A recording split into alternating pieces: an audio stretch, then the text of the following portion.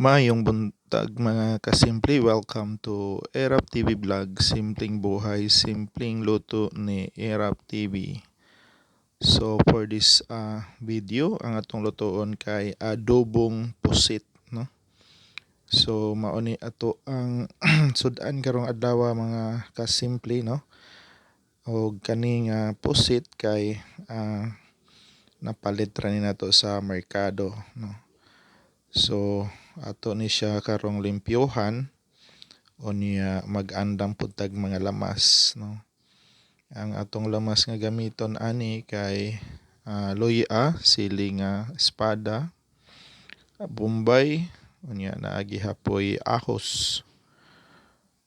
Mao ni siya atong lamas, unya mao ni siya nagdaglasa, kamatis. So ato ning butangan og kamatis ang ato ang adobong pusit ug mao ni siya atong nalimpyuhan mga kasimple.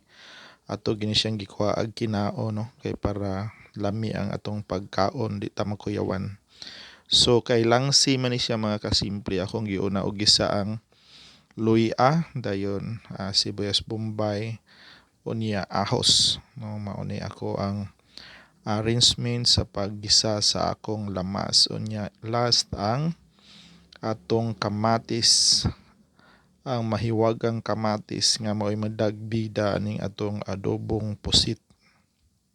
Nya aton nang ilunod ang atong linimpyuhang mga pusit mga kasimple. So hiwaan na siya gamay sa kilid, no. Nya kuhaan na to og kinaon. Kinaon lang mga kasimple, way labot ang ubang mga parts dia kay mga lami man ang ubang mga parts dinha. Kana lang kinaon kay para limpyo gyud ang atong giluto nga adobong pusit. So ako na siyang gihaon mga kasimple after sa 5 to 8 minutes nga naa siya dinha sa nagbukal nga iyahang sabaw para likay ni siya nga ma-overcook. Ato na siyang gihaon. So ato ang paituson ang ato ang sabaw, no, nga mawa na dinha ang tubig-tubig, ang mahabilin dinha kay ang duga na lang gyud sa atong pusit.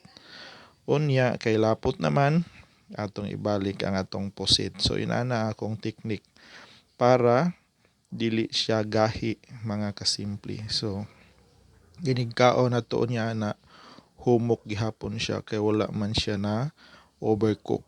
So mao ni ang proseso sa akong pagluto. All right, so luto na, diara ang atong finished product sa ato ang adobong pusit with kamatis.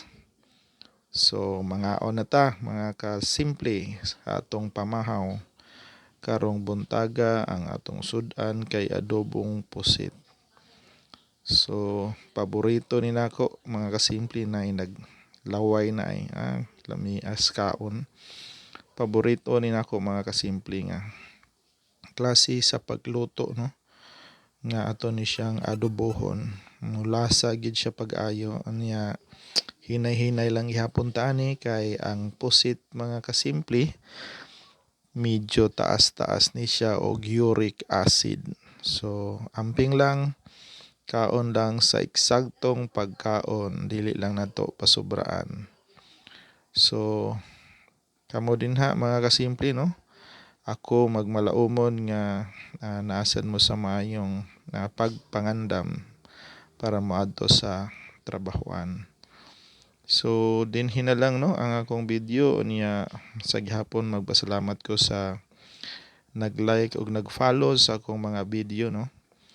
Bisan ingon ani lang ni siya pero hoping nga makahatag hapog pagtulunan sa uban. All right, so ugma na pud, no.